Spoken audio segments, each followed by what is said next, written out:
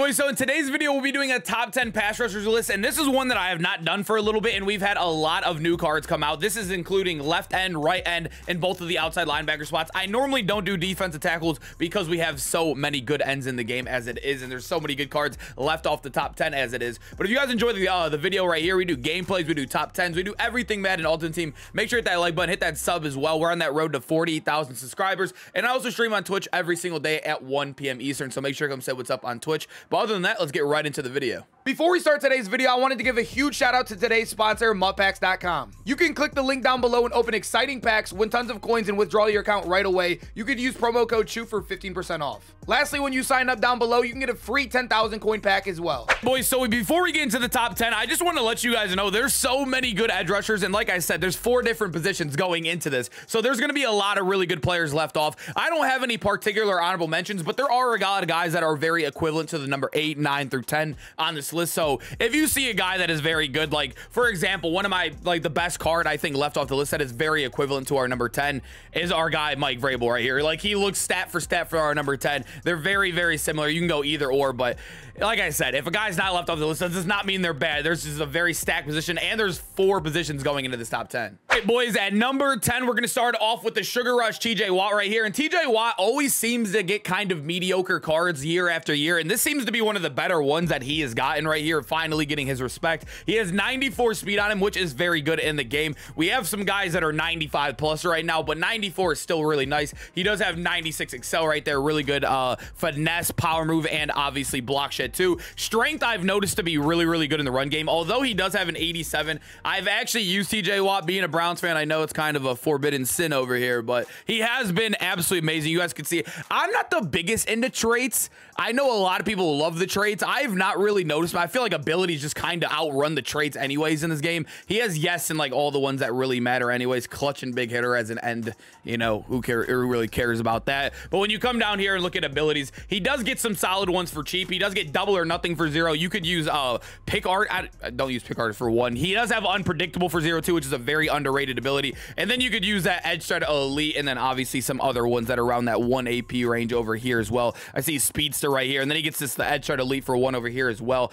Pretty solid buckets in the game right now. As you guys know, the edge rushers are really dominated by the X Factor, so if you don't really get them, it kind of is like meh, because secure protectors on the offensive line is so good. But you want to look for the best statistically and solid ability wise, just in case, or obviously if you can shed that secure protector after a little bit. So at number 9, we do have Kayvon Thibodeau, and Kayvon Thibodeau obviously is coming out tomorrow, but we do know his abilities, and obviously we know his stats as well, and we know what his body build is in game, so we know he's going to be a very good card. He is 6'4", 254 pounds, which is really, really nice. But look at the stats that they gave the rookie, man. Absolutely insane. 96 speed right there. He has 97 acceleration. On top of that, they gave an outside linebacker 99 block shed, 90 finesse move. He has 98 strength. I think I said that already. And 97 power move. Absolutely insane. That is insane. That's better than I think they would ever have given a rookie in the past of Madden. Kayvon Thibodeau, very good card. Now, you also went back to their Twitch stream to listen to what abilities he got, because obviously Mud.gg doesn't have them yet. They obviously will in the future, but he does get edge threat. He does get secure protect or secure tackler,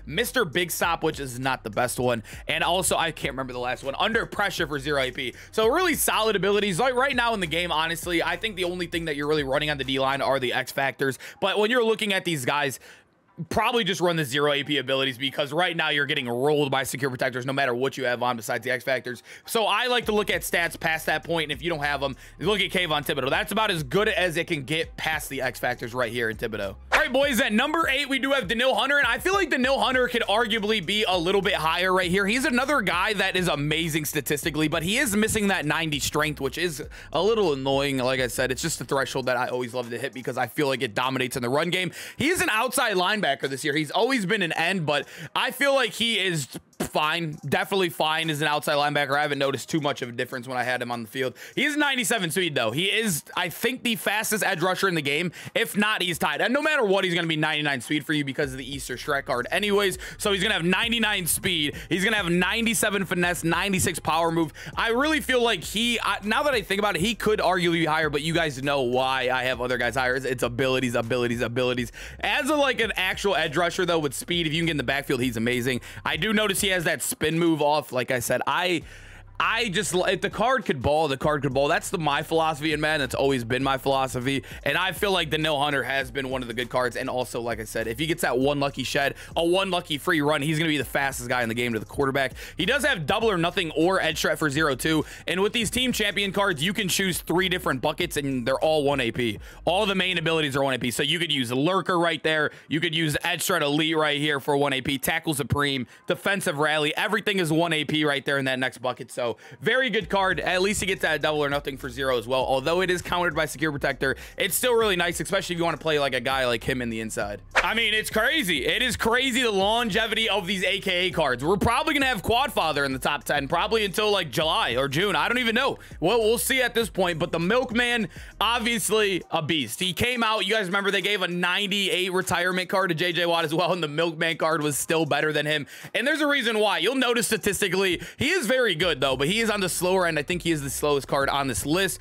But the one thing about him, boys, I don't even have to look at his, I know he gets a 0 AP El Toro, which is cool. Most people don't even use AP on him besides the X Factor. The Unstoppable Force obviously runs the game. It's the only thing that really like helps against the secure protectors that are absolutely OP right now. It's the only thing. Obviously it doesn't light up instantly like it does on a non-secure protector guy, but it's the only thing that sheds faster than like 5 seconds, you know what I mean? It is very good, and you guys can see right here they did add a new popular abilities tab to mud.gg, and 93% of people are using that ability. I don't know why it's not 100, but yeah, the Milkman is definitely him, boys. I think we know that by now. But number 6, we do have Reggie White, and Reggie White, although I do like obviously the X Factor better than anything Reggie White gets, I feel like Reggie White is a good guy you can move around in the line. He is a guy that you can play defensive tackle for you, and I noticed the Unstoppable Force. I know some people are like, just put JJ Watt with the Unstoppable Force.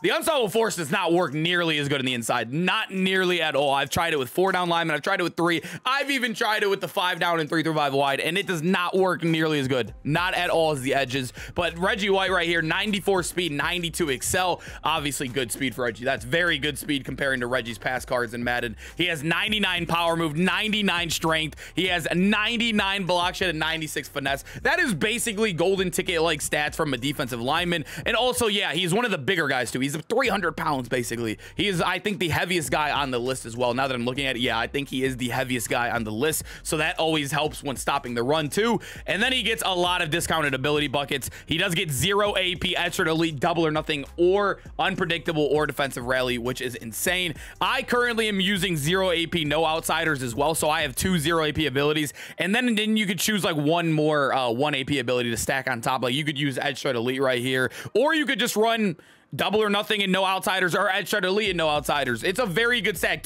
Two 0 AP abilities on a defensive end right now in the game when you want to spend more AP on your KOs. That's what makes Reggie White a little bit more valuable. I think he is a really good defensive tackle in the game, and also, like I said, he is fast enough. This is the faster card I've seen of him where he can flex out the end. So at number 6, actually number 5, I don't know why I said number 6. I was just looking up at the list and got confused for a second. Number 5, we do have DeMarcus Lawrence, aka the Tank, and Tank is an animal. He is an absolute animal. The day he came out, that was the first time we ever had 2 unstoppable forces on the defensive line, and we didn't have that many secure protectors for cheap, so a lot of people were just running edge protectors and they were dominating them with the unstoppable force. But as you guys know, just like JJ Watt, he does get the unstoppable force 1 AP Tank right here. He does get 0 AP deflator and strip specialist. I'm not the biggest fan of him, but there's 0 AP. You obviously want to use him, and I think that's the only thing you really need to run is the 1 AP unstoppable force and a 0 AP bucket. But very good card. You guys can see he's still selling for around 800k because people realize how good he is, and he also goes in that Cowboys theme team.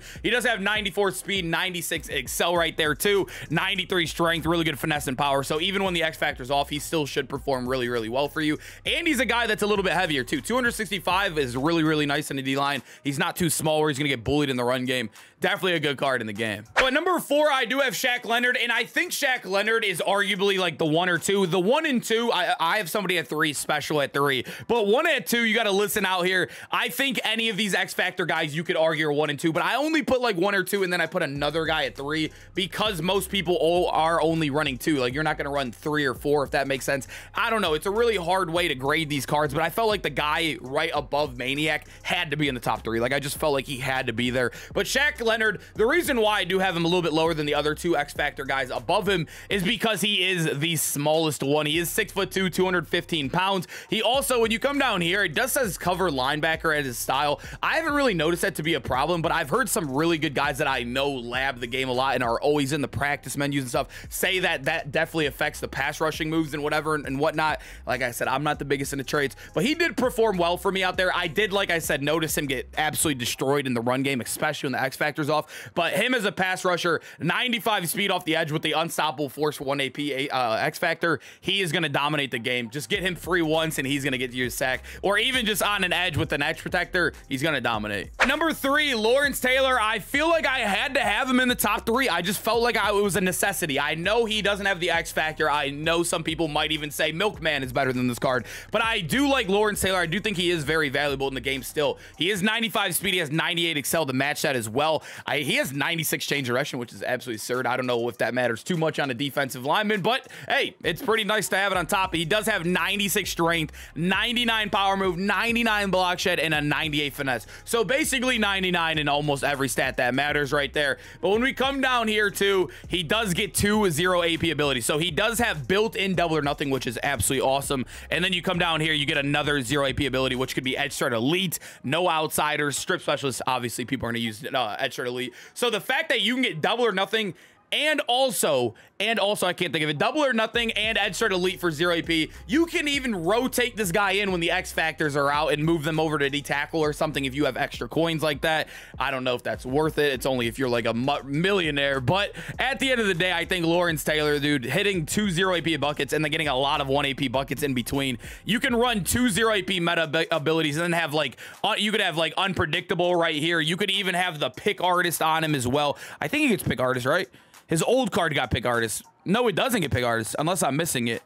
It does for 1 AP. It doesn't for 0 like it did on his Thanksgiving card. But you could stack him up with whatever, or you could just run the 2 0 AP abilities. I think saving AP is still very, very, very nice, especially on defense to save for those KOs. He's definitely very, very good. Hey, boys, at number 2, we do have Groot. And on my top 10 must-have cards, I did have Groot ranked above our number 1, but I've kind of looked at him a little bit more, and I've had a lot of people tell me, and a lot of very people that I trust tell me, and like I said, the traits too on him aren't like, he is missing this one. No, like I said, I don't think it's the biggest deal in the world. You're gonna need 2 X Factors anyways if you're running 4 down linemen, so you're gonna have him and probably the number 1 guy on the other side anyways. But he is a really good card. X Factor for 1 AP. He has 94 speed, 96 excel, the strength's even a 95. You are missing a kind of a crucial stat, a finesse move at 86, which, like I said, with the X Factor abilities obviously counter everything right now anyways, so the X Factor is really just going to take over anyways. When you come down here, he does obviously get the blitz, the Groot, or not the blitz, the unstoppable force, the Groot X Factor right there.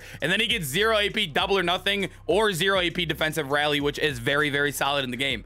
Definitely a really good card right here. At number 1, I do have George Karlaftis. Am I saying that right? Furious George, the AKA card. He is 6'4", 263 pounds, so very, very good build. The one thing I like about him too is he has a huge build in game. Like, he looks a lot bigger than the other X Factor running backs, so he kind of plays a lot bigger too, so he's really good in the run game. That on top of having 99 excel, 98 strength right there. He also has that finesse move at 92 where we were slacking a little bit with Groot. He has a really good power move and obviously block shit at 98 too. And then the X Factor for 1 AP, the unstoppable force. It's the only thing really shedding, like I said before. And he also gets double or nothing for 0 AP. So him and Groot are very, very similar. The only really thing that's pushing me above is that he does have a little bit better finesse, and also he has a little bit bigger body build to help in the kind of run game in the game. But George Karlaftis, definitely very good as well. All right, boys, hope you guys enjoyed the video. Make sure to comment down below which edge rushers are you using, which guy got snubbed, which guy is too high. Let me know down in the comments. I hope you guys enjoyed the video, and I hope to see you guys in the Easter gameplays tomorrow. We got Justin Fields. Probably we'll figure out another one, maybe James Conner, maybe Amari Cooper. We'll figure it out, boys. Hope you guys enjoyed, and I'll see you guys in the next one. Peace out, man.